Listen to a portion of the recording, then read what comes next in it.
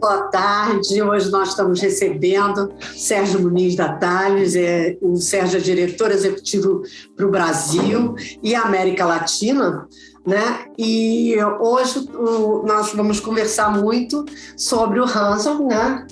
E as novidades. Grande amigo nosso. Infelizmente.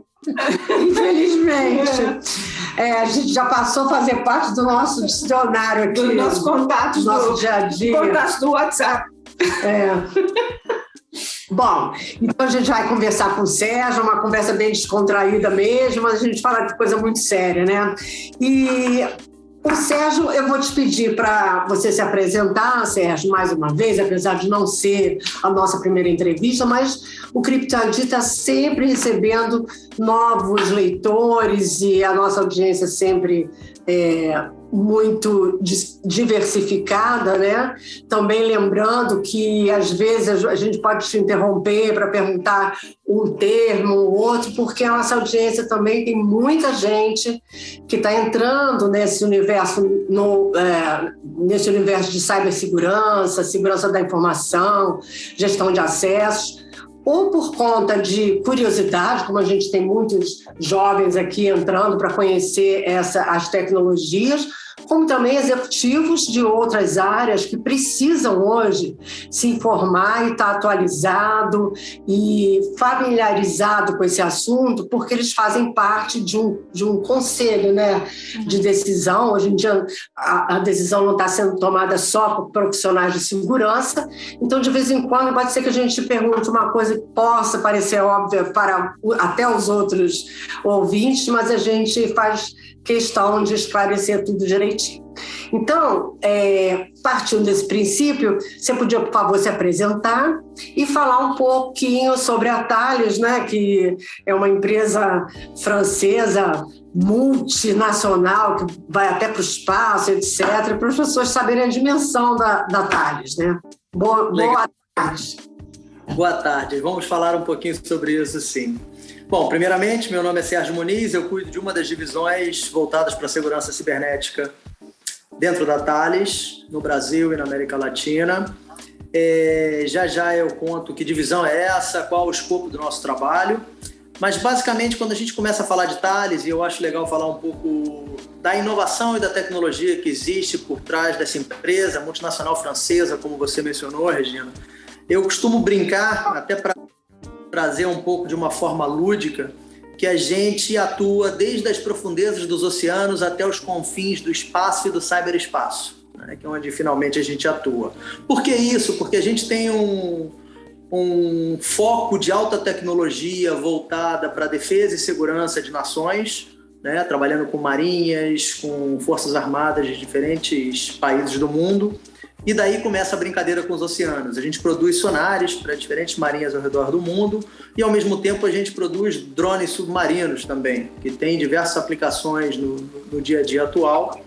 Quando a gente passa para o espaço aéreo, no próprio espaço aéreo brasileiro e América Latina, a gente tem uma presença bastante forte, mas no Brasil, 70% do espaço aéreo brasileiro é controlado por radares da Thales. São radares normalmente que ajudam bastante no controle de fronteira, porque conseguem identificar aeronaves voando com baixo alcance, com um foco voltado para o narcotráfico. Então, realmente é um mercado, parte militar, parte civil, parte ajudando muito a aeronáutica, mas parte civil, onde a gente tem um histórico bastante relevante, né? E toda a parte de sensores, o que a gente chama de avionics, no cockpit de um avião, né? No caso do Airbus, 100% é Thales. A gente atua bastante com Boeing, Embraer.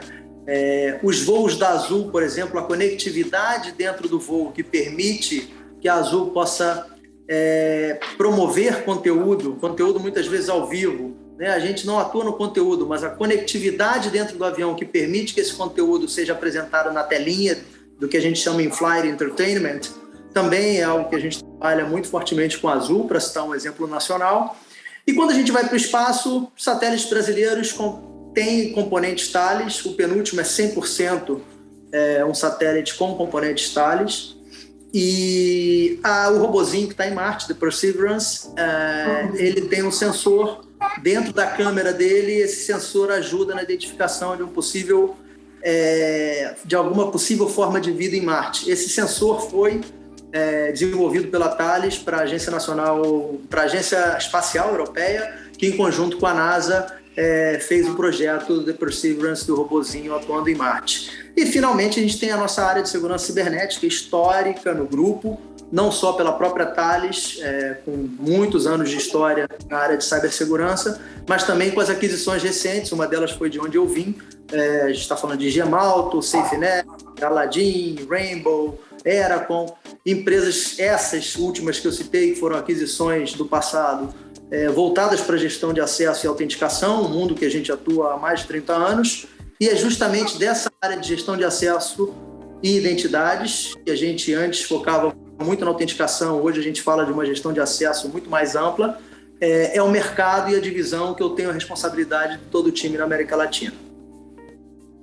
Nossa, a gente está sempre aprendendo uma coisa da Thales, né? Agora, currículo maravilhoso. E você, quanto tempo você trabalha com gestão de acesso, Sérgio? Olha, com gestão de acesso, pouco mais de 5 anos. Estou fazendo 5 anos nessa área, onde eu cuidava de toda a segurança cibernética do que era o mundo Gemalto no passado. Eu vim do mundo Gemalto, a aquisição foi feita entre 2017 e iníciozinho de 2019, teve integração em abril, e aí eu passei a cuidar também dos 2 negócios da Thales. Por um lado, a criptografia, que vocês também conhecem bem, a gente fala de HSI, criptografia, toda a base da certificação digital, que também tem os tokens que a gente fornece na nossa área, e a parte da gestão de acesso. E desde o início de 2020, eu cuido somente do que é a gestão de acesso na América Latina, para tentar evangelizar de uma forma muito rápida. A gente vai conversar sobre isso, e de uma forma buscando proteger com melhores práticas todo esse ecossistema corporativo que hoje sofre, como a gente falou, desse nosso agora conhecido muito próximo, que a gente não gostaria, que é o ransomware e qualquer outro cibernético. Uhum. Então, falando nisso, Sérgio, vamos falar um pouquinho sobre o nosso velho amigo não, coitado, inimigo, o ransomware.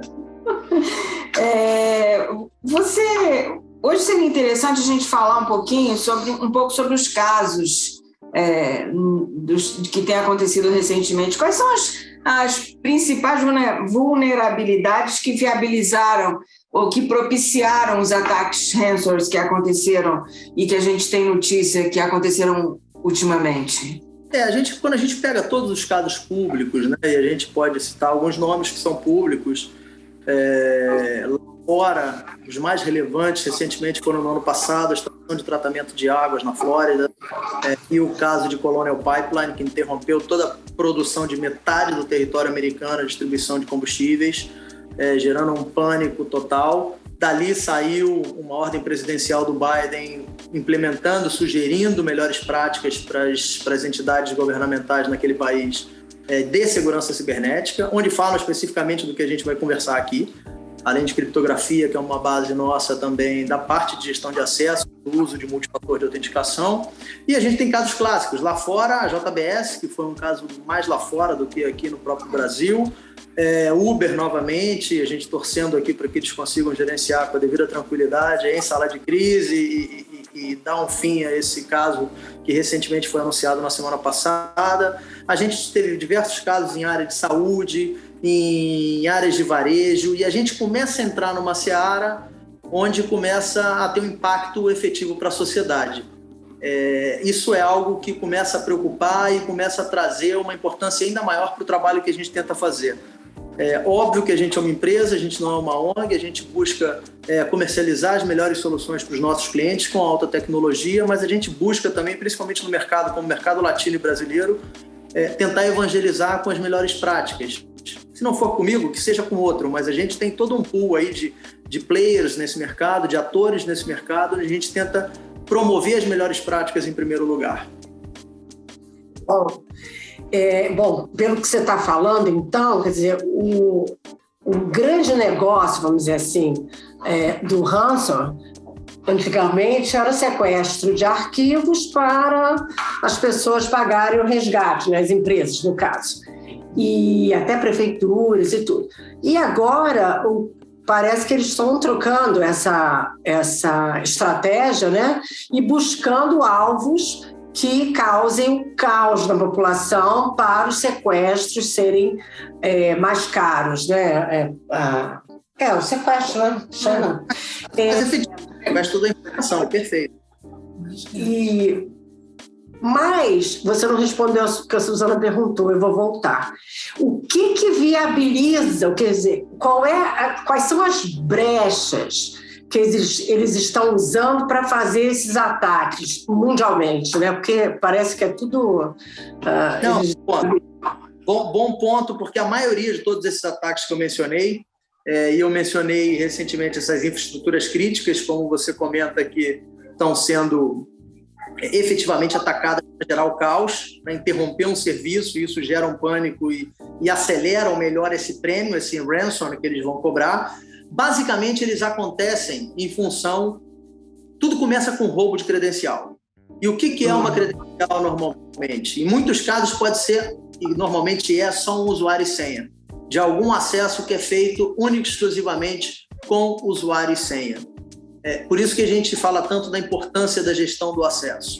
Um mecanismozinho que a gente vai comentar mais lá na frente, explorar um pouco mais, que é o que a gente comumente usa no nosso dia a dia, principalmente no mercado bancário, que se chama uso do token. Mas não só isso. Tem uma série de outras políticas, de outros mecanismos para fazer uma gestão mais robusta e mais eficiente desses acessos. Mas na imensa maioria dos ataques de ransomware, tudo começa com roubo de credencial. O atacante ele começa a entrar na rede, ele pode eventualmente ficar lá por meses, às vezes até um ano, fazendo movimentações laterais com acesso de credenciais roubadas, negociadas efetivamente com o funcionário, seja por distintas formas. E isso é um cuidado que a gente precisa ter, que é bastante relevante. O criminoso ele fica dentro da rede por muito tempo até conseguir entrar num acesso com mais privilégios, onde ele consegue controlar muito mais aquele ambiente e fazer um dano maior.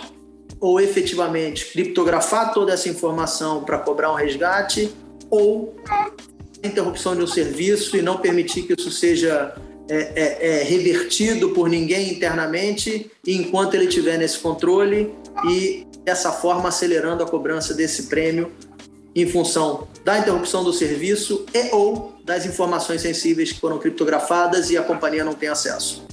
Ô Sérgio, mas no caso também, as invasões, a gente está falando de ransom, né, que é nosso antigo conhecido, né? Mas, na verdade, por exemplo, no caso da Flórida, eu não sei se seria resgate ou não, porque eles estavam tentando o envenenamento, né? E eles entraram justamente com uma brechinha de acesso a uma credencial, né? Quer dizer, sempre é isso, né? Então, é um perigo, porque em casos de guerra, você falou muito de defesa aí, né? Em casos de guerra ou de espionagem e tal, quer dizer, a gestão de acesso também é fundamental, né? Vamos abrir só uma janela, que a gente está falando de ransom, mas também não é só ransom, né? Agora você quer continuar, Suzana? Então, vou continuar. Agora, deixa eu só, voltando aqui ao assunto já que a gente está falando de resgate e tudo mais, as empresas começam também a tentar se proteger financeiramente, porque se for o caso de ter que pagar um valor desse a um sequestro, é um valor muito alto, né? E aí a gente começa a ver que as empresas têm contratado seguro, né? Seguro cibernético. Mas um seguro desse não é uma coisa simples assim, porque as seguradoras não vão pagar, deixar a empresa contratar o seguro ou fornecer uma linha de crédito para seguro sem que a empresa esteja preparada para isso. E a gente vê que uma das condições precedentes para você obter o seguro é que as empresas tenham a gestão de acesso e a identidade e o múltiplo fator de autenticação. Você poderia falar um pouquinho para a gente sobre essa gestão de acesso e o múltiplo fator de autenticação? Como que elas são importantes e a que ponto as seguradoras têm exigido isso das empresas? Perfeito, vamos lá. Vou pegar o gancho inicial da própria Regina, que traz uma variável ainda adicional e muito mais complexa para essa conta atuarial, que é a conta do seguro cibernético. Tem que ser um modelo de negócio viável para todas as partes. E é o que aparentemente nos últimos meses não tem sido, e a gente sentiu até um pouco um certo refinamento para efetivamente esses seguros continuarem sendo oferecidos. Por quê? É o fator guerra. A própria guerra na Ucrânia, o caso mencionado na Flórida. Então, a gente tem visto uma aceleração de ataques cibernéticos que já saem um pouco do contexto do ransomware, como a Regina falou, que são focados em defesa de nações ou ataques a empresas. Você traz todo um contexto novo que é produzir o caos, interromper serviços, criar alguma vulnerabilidade, seja para uma nação, seja para uma empresa, e esse contexto vai ganhando uma dimensão maior, e a gente tem visto isso durante, infelizmente, essa guerra que a gente tem vivido na Ucrânia. Então a gente tenta tirar o máximo que a gente pode fazer, porque é sempre uma lástima, uma tristeza muito grande quando a gente vivencia uma guerra como essa, mas a gente tenta tirar um pouco do aprendizado do que está acontecendo no viés cibernético, no âmbito cibernético da guerra, para tentar trazer isso como forma de melhor proteger, principalmente as empresas que atuam com infraestrutura crítica. Então a gente trabalha com alguns clientes aqui no Brasil no mercado de energia, outros no mercado de saúde, todos os mercados que já sofreram ataques. Lá fora a gente trabalha com uma empresa aqui na América Latina, num país da América do Sul, com uma empresa que atua tanto com saneamento, energia, distribuições de infraestrutura efetivamente crítica para todo um país e fora do país onde eles estão presentes. E todos eles têm comentado a questão do seguro cibernético como um desafio, porque vem renovação ou vem, enfim, lá fora ainda isso tem sido até mais efetivo, onde está havendo uma exigência do quê? De ferramentas de segurança cibernética mais efetivas, de como estão sendo implementadas, e fala-se claramente, eu acho que principalmente pela ordem presidencial após Colonial Pipeline nos Estados Unidos, falam muito especificamente de multifator de autenticação e da gestão de acesso como um todo, mitigando vulnerabilidades, né? Porque se eu cuido todos os acessos, se eu tenho uma forma consolidada, otimizada, de enxergar e controlar e ter regras políticas para todos os acessos, eu consigo efetivamente mitigar a vulnerabilidade e eu consigo permitir com que o seguro tenha uma negociação, considere isso no cálculo e tenha uma negociação um pouco mais viável, vamos chamar assim, para que possa acontecer essa contratação de um seguro cibernético. E o que e o porquê, né? Como essa gestão de acesso ela funciona e por que ela traz esse benefício de uma forma tão rápida, né? A gente brinca que é um quick win, porque quando a gente cuida todos os acessos, como eu falei, a gente coloca uma autenticação mais robusta, a gente mitiga um pouco riscos de senha, porque basicamente o roubo de credencial é usuário e senha.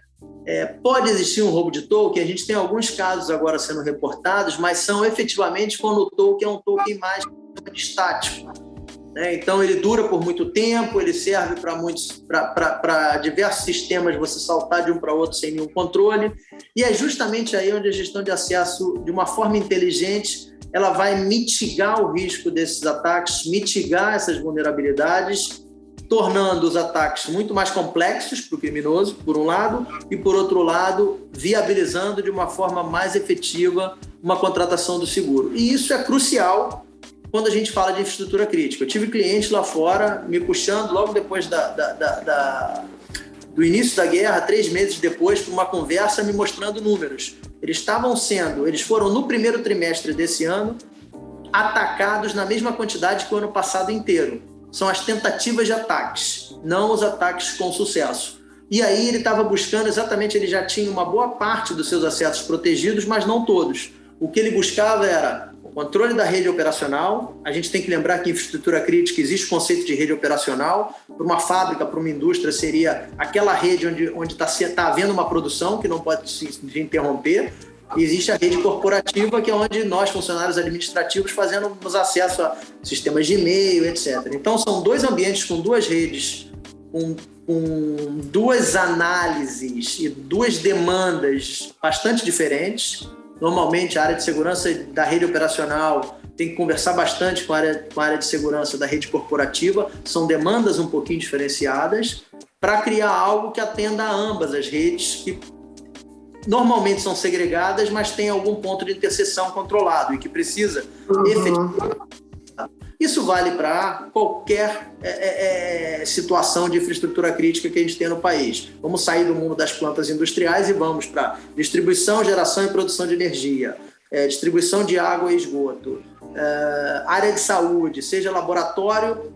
Se o laboratório para o hospital também, porque não consegue receber o exame para saber se vai operar uma pessoa ou não. Se o hospital para, a mesma forma. Toda a área de saúde está interligada.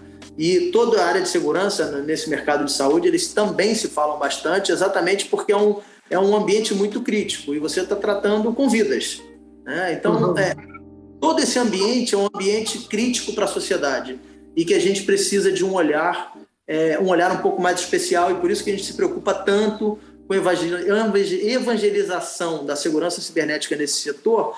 Por quê? Porque a gente tem demandas específicas. Quando você vai para um laboratório ou para um hospital onde você tem médicos que vão usar o mesmo computador, ou no laboratório várias pessoas usam o mesmo computador, não é o cenário de você acessando um sistema corporativo, que a gente tem as nossas máquinas. São várias pessoas utilizando uma mesma máquina. Isso traz um contexto novo, que normalmente o mercado não consegue endereçar. E a gente foca muito nesses casos de uso que são críticos e que permitem, bem ou mal, esse controle nesses ambientes. Você falou, inclusive, vou voltar lá atrás, você falou no caso da JBS, né? E nós acompanhamos aqui, né? Colocamos o posicionamento da empresa, né? A Suzana na época, e o que a gente verificou, quer dizer, a JBS foi atacada, mas na verdade se prejudicou uma série de a cadeia inteira, né? Desde o produtor lá da ponta até supermercados, também o setor de transporte, quer dizer, foi um caos na rede inteira, né? Então, isso também é importante. Eu imagino que não é só macular o nome da empresa, né? Mas também cria um atrito, né? Com fornecedor, cliente, enfim. É uma coisa bem desagradável se passar por um momento desse. Agora, eu vou mudar um pouco de assunto, porque eu li um artigo que você publicou, onde você tocou num termo que são múltiplas identidades. Então, para quem não está muito familiarizado com esse termo, seria interessante você explicar o que são múltiplas identidades e por que elas surgiram e por que elas são tão perigosas para as empresas. Vamos lá, eu vou tentar passar isso de uma forma bem lúdica, que eu acho que é o melhor exemplo que a gente tem no dia a dia como funcionário de uma corporação. Né? Se eu hoje estou entrando para trabalhar na Thales, Sérgio Muniz, vamos supor que eu estou entrando exatamente nessa data. Na semana passada, meu chefe, alguém do recursos humanos, alguém teve que solicitar a área de tecnologia da informação e, consequentemente, de segurança, que fossem criadas as minhas identidades digitais. Quais são elas? A primeira delas, a mais conhecida, é o meu e-mail, sergio.muniz@thalesgroup.com. Primeira identidade digital que tem que ser criada. Segunda, um usuário para um determinado sistema corporativo. Talvez, vou falar um aqui que não é o real, S-Muniz para acessar outros sistemas, às vezes o próprio servidor de e-mail, o CRM, talvez para um sistema específico que não possa tirar proveito dessa identidade, seja criado um quarto. Então, a gente tem 2, 3, às vezes 4 identidades digitais que são criadas pela área de tecnologia das empresas com o aval de segurança da informação. Importante mencionar que, com a nossa solução do acesso, a gente não atua nessa parte. Isso é o que o mercado chama, e a gente, como leigo, acaba ouvindo falar de diretório ativo. Vai estar carregado essa identidade digital numa base de dados onde vão estar lá os meus usuários digitais dentro da corporação para acessar certos sistemas. E, ao mesmo tempo, eles vão definir o que eu acesso e o que eu não acesso de sistema corporativo. É um sim e um não. Essa parte a gente não atua, essa parte, na grande maioria das empresas, é feita de forma manual. Vamos falar de um diretório ativo, da própria Microsoft mesmo, para quem usa o Office 365. Enfim, posso citar nomes porque é algo muito comum que a gente conhece. Ou uma ferramenta automatizada, que aí existem fabricantes específicos que vão automatizar esse uso da identidade digital e o que ele vai acessar ou não, para tirar períodos de férias, para tirar fim de semana, vai criar regras de acordo com o que a empresa busca para ter um controle mais efetivo.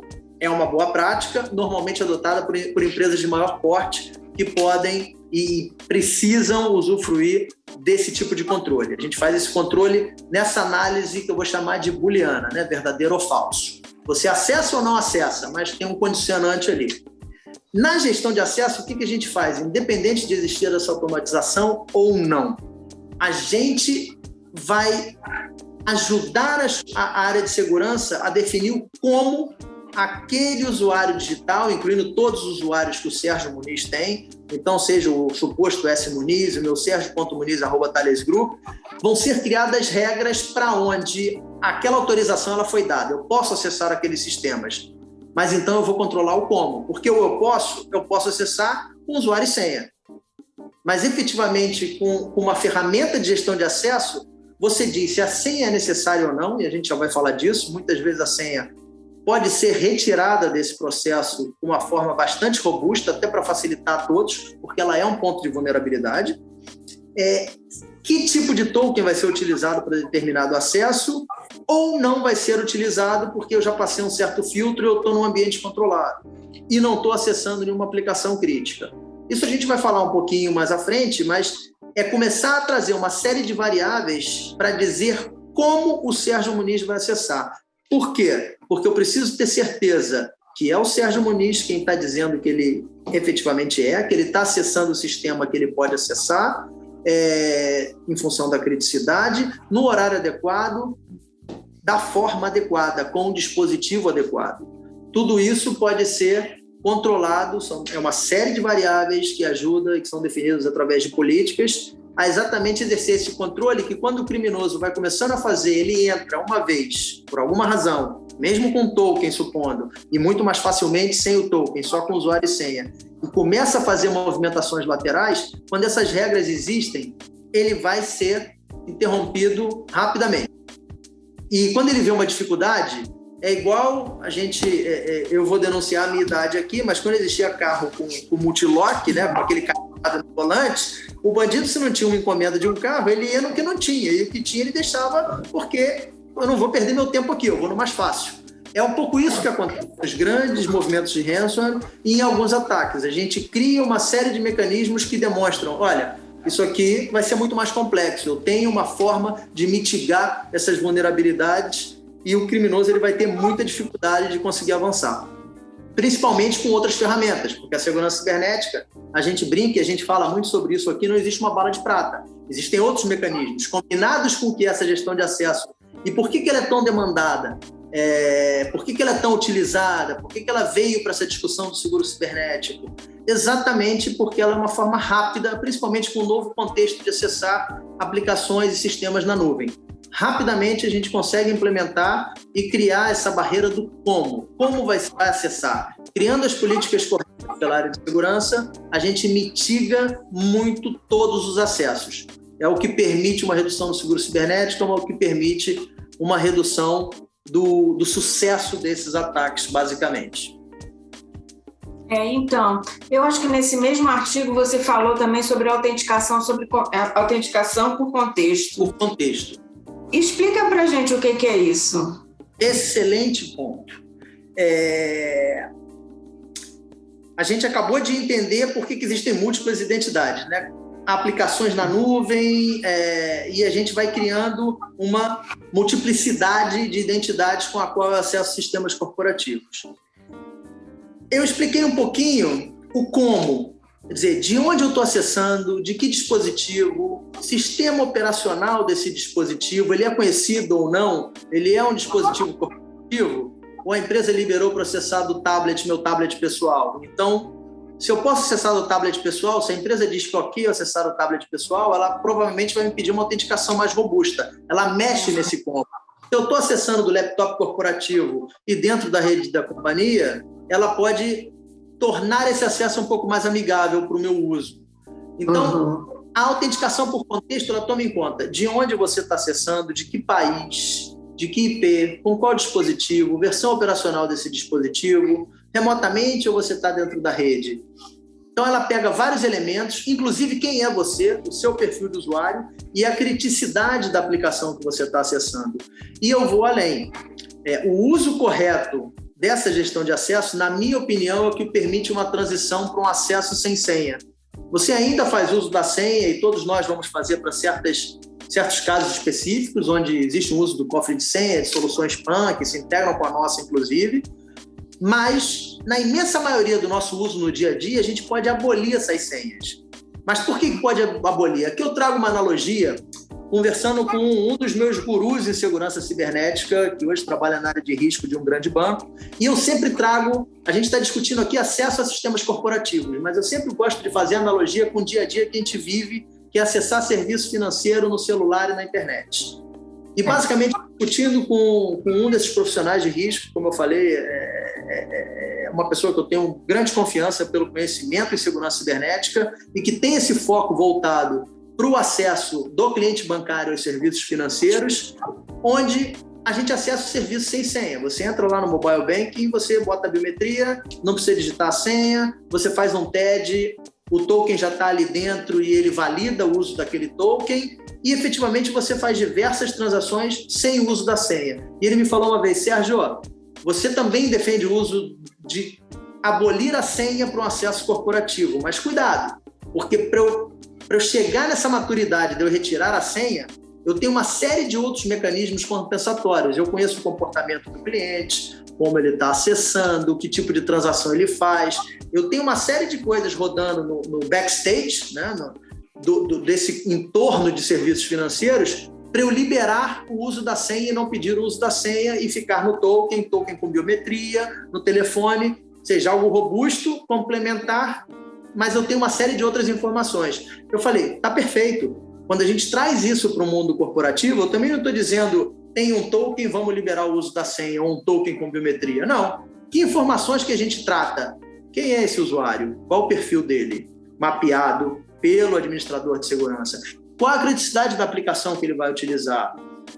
Que dispositivo ele está utilizando? De que país? Então, esse caldeirão de informações é o que vai ser usado pela área de segurança para tomar essa decisão de, para esses casos aqui menos críticos, sabe do que mais? Vamos abolir a senha? Porque é mais um item de vulnerabilidade, o cliente esquece, gera custo de helpdesk para reset de senha, gera roubo, são 10 mil senhas que você tem que ficar gerando o tempo todo. A gente está complicando a nossa própria vida, como incorporação, área de segurança e a vida do usuário. Se eu tenho esses mecanismos, em vários desses casos de uso, eu consigo abolir o uso da senha. E é exatamente o mesmo contexto que a gente conversou com esse profissional de risco para a área bancária.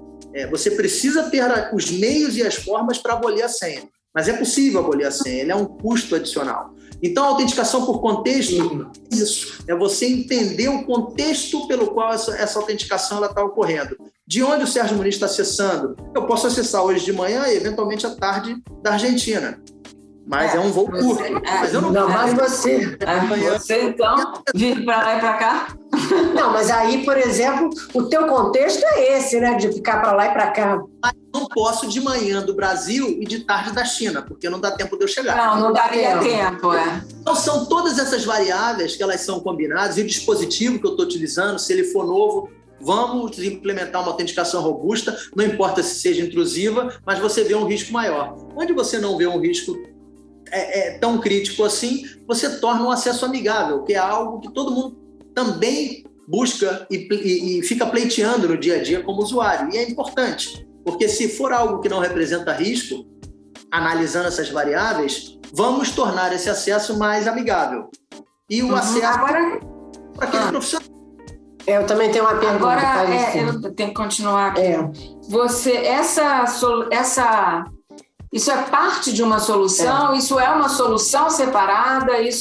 Como é que é isso? Algumas soluções de gestão de acesso, como a nossa, ela te oferece os diferentes sabores, que eu brinco de token, que aplica exatamente para que não é só o token no celular ou o token chaveirinho, mas pode ter um token específico para um computador compartilhado. Explica rapidamente o que é esse token para essa nossa audiência nova. Legal. Porque normalmente o token para acessar um serviço financeiro ele está embarcado, né? Você nem se dá conta que ele existe ali, você fez uma vez. Mas, por exemplo, eu pego um token aqui meu e vou efetivamente ou receber um push para acessar com um token aqui. Esse token não serve para nenhum serviço, então eu posso divulgar e dura 20 segundos, daqui a pouco vai mudar. Mas eu acesso... Já mudou. Mas eu posso receber um push diretamente do meu celular que vai popar essa aplicação e vai me perguntar com a biometria se eu aprovo aquele acesso, se eu estou fazendo um acesso no computador. Ou pode ser aquele chaveirinho que a gente conhecia, que a gente aperta o botão, também lá de trás dos serviços financeiros, a gente tinha aquele token físico pequenininho, onde você aperta um botão e sai um número similar a esse. E ele vai mudando à medida que eu vou apertando o botão diversas vezes. Isso é o que a gente chama, e foi bom você tocar nesse assunto, Regina, porque é um conceito bastante utilizado nos acessos, seja para, mais uma vez, consumidor, seja para funcionários inteiros acessando sistemas corporativos. O que normalmente a gente pede para um acesso? O que é mais conhecido é o que eu sei, que é normalmente a senha, que é o que a gente acha que pode ser bastante reduzido. Isso é algo que eu sei, eu tenho que saber a senha. E não anotar, inclusive, como muitos fazemos, né? E que é um item maior de vulnerabilidade. Ou usar a mesma da rede social, que também é um problema. O que eu tenho comigo? O que eu tenho comigo é o token. Ele pode estar no meu celular, ele pode estar num token físico, ele pode ser um mecanismo qualquer, um certificado digital, por exemplo, também pode ser usado como token. Para quem já tem uma infraestrutura de PKI, a gente conhece muito esse ambiente aqui, com muitos, não só clientes e associados e audiência do ID. E o outro é o que eu sou, que normalmente é o uso da biometria, seja a biometria nativa do aparelho, que é como a gente faz o uso, seja a impressão digital ou a facial. Pode ser uma biometria por voz, tem bancos lá fora que usam a biometria por voz para autenticar alguma transação por telefone com o call center do banco. Então, isso é o que eu sou. Então, são 3 elementos para você validar um acesso. Você não precisa fazer uso dos 3. Se você faz uso de 2 extremamente robustos, você está muito bem coberto. Hoje em dia, é só um, normalmente, que é uma senha, que é o que você sabe que é o mais vulnerável. Então, é o que você sabe, o que você tem, diversos tipos de token, e o que você é validado com uma biometria. E agora, como você se comporta, que é o contexto. O como, de que dispositivo, muito bem comentado. As políticas desse acesso trazem uma variável adicional, que é tem a ver com o seu comportamento e é como, de onde, que horário você está fazendo aquele acesso e o porquê. Você pode fazer aquele acesso? A gente vai medir nessa conjunção das políticas com o tipo de autenticação que vai ser implementada. E dessa forma a gente mitiga bastante todas essas vulnerabilidades que a gente comenta, que gera um ataque, gera uma invasão. E como contratar isso, né? Isso já vem embarcado na solução, então. É um serviço na nuvem. Interrompeu para falar do token e não voltou para o assunto. É um serviço na nuvem, onde a gente provê não só o token, mas a possibilidade de definir as políticas de acesso. Não precisa ser um token para um usuário. Existem diversos tipos de token. Muitas soluções só têm o mobile token no celular. A gente produz tokens físicos há anos. Um token físico já pode vir embarcado na solução. E principalmente um token para uso em máquinas compartilhadas, que é um calcanhar de Aquiles em muitas indústrias. A primeira delas é o call center. Mas a área de saúde tem bastante, a área de retail tem bastante e a área industrial tem bastante. Então, Então, é algo que tem sido muito demandado e tudo isso vai embarcado no que a gente chama de uma solução de gestão de acesso. Porque há 5, 6 anos atrás, e desde 30 anos atrás, a gente tinha um foco na autenticação. O token, simplesmente, para fazer a autenticação do que você tem, junto com o que você com o que você sabe que era a senha. Hoje em dia, a gestão de acesso é muito mais ampla, tem todas essas políticas para fazer essas considerações e permitir o acesso mais amigável e mais robusto ao mesmo tempo, o que era no passado uma antítese que você tinha que escolher um dos extremos. Hoje em dia você pode combinar um acesso amigável com um acesso robusto, utilizando todas essas políticas, todo esse contexto, essa autenticação por contexto e utilizando todos esses elementos para melhor tomada de decisão que já vai configurada pela área de segurança da informação quando contrata um serviço de gestão de acesso e com essa inteligência que a gente está mencionando aqui, que é o caso da gestão de acesso da Thales para todo esse mercado. Você mencionou vários segmentos, você esqueceu de um, que inclusive você também já escreveu um artigo e falou. A gente está afiada, hein? A gente lê tudo que você escreve. Você comentou sobre o varejo também, né? Que é importante nas estações de trabalho, de varejo, já tem lojas físicas. Perfeito. Na mudança, né, do funcionário ali, que inclusive o token resolve muitos problemas de desvio de mercadoria, uma série de outras, infelizmente também, né, má conduta, vamos dizer assim, de funcionários.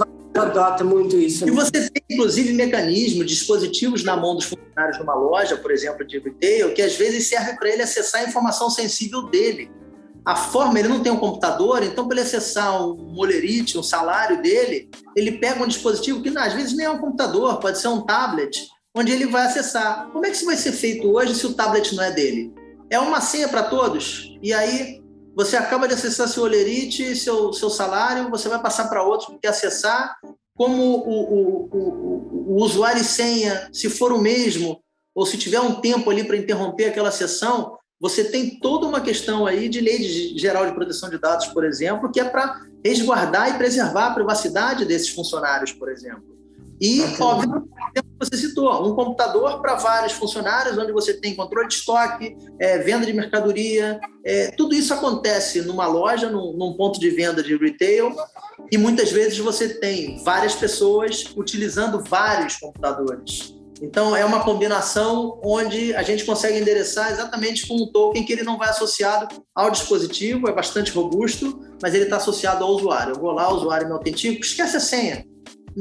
Pode implementar, mas a gente até recomenda, esquece a senha, que é mais uma variável para o funcionário, coloca simplesmente o token que vai autenticar aquele usuário, seja em qual máquina ele estiver acessando, dentro do ambiente, daquele ambiente corporativo daquela loja.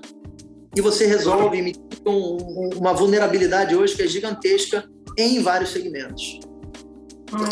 E agora eu também vou exemplificar outra vivência da Suzana. Não é mais sobre os SSLs da BMW, não. É outro assunto. Nós fomos viajar a trabalho para o interior de Minas Gerais, em Formiga. E a Suzana estava com insônia, lembra? Lembro. E aí tentou fazer uma transferência no banco dela. Resolvendo minha vida prática. Eu estava longe, né? Sem conseguir dormir, só que... Eu falei, vou fazer o que eu tenho que fazer aqui, né? Ficou tudo complicado, porque o que ela está fazendo 2 horas da manhã, fazendo esse tipo de coisa em Formiga? Pode. E não deixou, né? O banco bloqueou tudo, não deixou ela fazer nada. Nem eu ligando para o banco, para o call center, eles liberaram. Não pode. Você está num lugar que não é o seu lugar e você está fazendo uma coisa que você não costuma fazer. Então, você não é você. Agora, pelo que você está falando, a gente imagina que isso aí é coisa de banco, né? Porque é um banco e tal. Mas as empresas de porte, mesmo não sendo da área financeira nem nada, pode também ter esse recurso, né? De impedir transação. Podem e devem, né? Devem ter, e elas decidem essas regras, a melhor forma de implementar e o que faz mais sentido para os casos de uso que ela tem no dia a dia dela. Tem empresas que talvez vai ser comum o uso na madrugada e outras não. Então, cada empresa tem o seu perfil específico, os casos de uso específicos e os riscos diferentes em cada um deles. Já existe uma familiarização de como são esses riscos, porque as empresas são atacadas no dia a dia. Uma diferença é os ataques, ou tentativas de ataques, e os ataques com sucesso. E a gente está aqui para tentar efetivamente ajudar as empresas a minimizar ao menor número possível os ataques com sucesso. Mas esse histórico gera um padrão, um perfil, que as próprias empresas e as suas áreas de segurança já mais ou menos conhecem onde elas estão mais ou menos vulneráveis. E é com base nisso que ela brinca, a gente fala muito que você consegue tomar muitas decisões com essas políticas da autenticação por contexto. Então ela vai brincar muito com essa configuração para fazer a configuração mais efetiva para o uso e para a necessidade dela. Isso é fantástico. Eu também costumo dizer, eu vou ser um pouco repetitiva, mas eu vou falar de qualquer jeito, que não adianta você ter uma segurança total de um ambiente se qualquer um pode entrar. Né? Se você tem controle de quem está entrando, você está jogando dinheiro fora, né? De fazer um bunker, uma coisa super segura, e você não checar quem está entrando lá, né? E é a primeira, a gente fala muito que é a primeira barreira, é uma forma rápida de mitigar, porque você mostra um controle muito efetivo e muito centralizado de todos os acessos. O criminoso ele se dá conta de que essa barreira existe e que ela vai ter uma continuidade, mesmo que ele consiga vencer essa primeira barreira, com as regras, com esse contexto que a gente traz para a autenticação, voltando a solicitar uma autenticação robusta ao longo de mudança de sistemas, ao longo de uma continuidade de um determinado acesso ou sessão por um período de tempo. Então, rapidamente o cybercriminoso ele se dá conta desses controles. E é justamente aí onde a gente atua como uma primeira barreira, porque, mais uma vez, a segurança cibernética ela tem que ser feita, a estratégia de uma boa segurança cibernética efetiva, ela tem que ser feita em camadas. E normalmente várias camadas existem, mas a gente tem finalmente uma crescente em relação à demanda por uma gestão de acesso eficiente, como a nossa, mas não era um uso tão comum se a gente voltar alguns anos atrás. Até isso que a Suzana te perguntou sobre as seguradoras, né? Ou seja, quem paga a conta está querendo a proteção onde começa a vulnerabilidade, né? É interessante essa coisa, porque mostra o quanto é importante isso. Olha, infelizmente, nossa conversa, nosso tempo já acabou, né? É sempre bom conversar com você, a gente aprende muita coisa. E nesses minutos finais, você falasse alguma coisa que a gente não tocou, que você gostaria de falar. Lembrando que eu já te fiz esse convite, vou fazer aqui ao vivo também, da gente conversar sobre o relatório anual da Thales. É um relatório muito tradicional que fala sobre índice de gestão de acesso. Já saiu agora o 2022, nós inclusive já publicamos. Vocês podem encontrar na coluna especial da Thales aqui no Crypto ID, mas você vai falar sobre Brasil. Então a gente já tem uma sessão marcada. Em breve a gente já vai fazer outra gravação, né, Suzana? Então vamos falar sobre os cases que a gente precisa conversar, de mercado, cases de saúde, etc. e tal.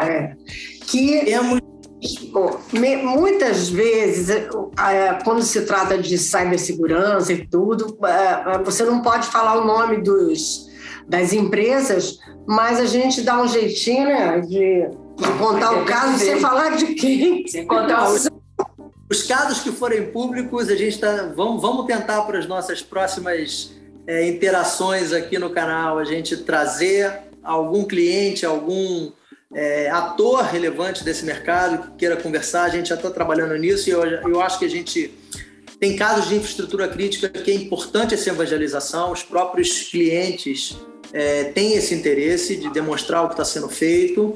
E, por outro lado, sim, o Índice de Gestão de Acesso 2022, publicado semana passada por vocês, pelo mercado, com números globais. A gente está terminando um trabalho de análise específico sobre quem respondeu essa pesquisa no mercado brasileiro. Eu estou fazendo uma separação de mercado latino e também uma foto específica de mercado brasileiro para a gente poder conversar um pouco mais aqui em detalhe, passar esses números e divulgar esses números, que são números interessantes para esse mercado e para esse trabalho de evangelização também.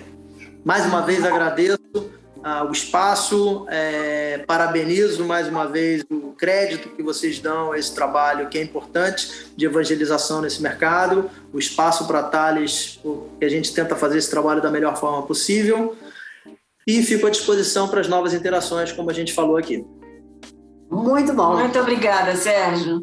Olha, até a próxima, então. E você que está nos assistindo, siga o canal, porque aqui tem sempre muita novidade. E aqui a gente só fala de tecnologias importantíssimas como criptografia, identidade digital, todo esse mundo, né, que envolve as boas práticas do mercado, para você poder, as empresas, né, poderem gerar negócios, enfim, oferecer serviços com segurança, porque não existe mais o mundo digital, o mundo é digital, né? E sem criptografia, sem o segredo e a identidade, a identificação, e a gente aprendeu hoje mais uma coisa, que é a gestão dessa identidade. Sem isso, a gente teria que abandonar isso tudo, voltar só a fazer compra em loja física, enfim, seria um problema muito grande, né, Susana? É isso aí. Tá bom? Perfeito, muito obrigado. Um beijo, tchau. Até a próxima.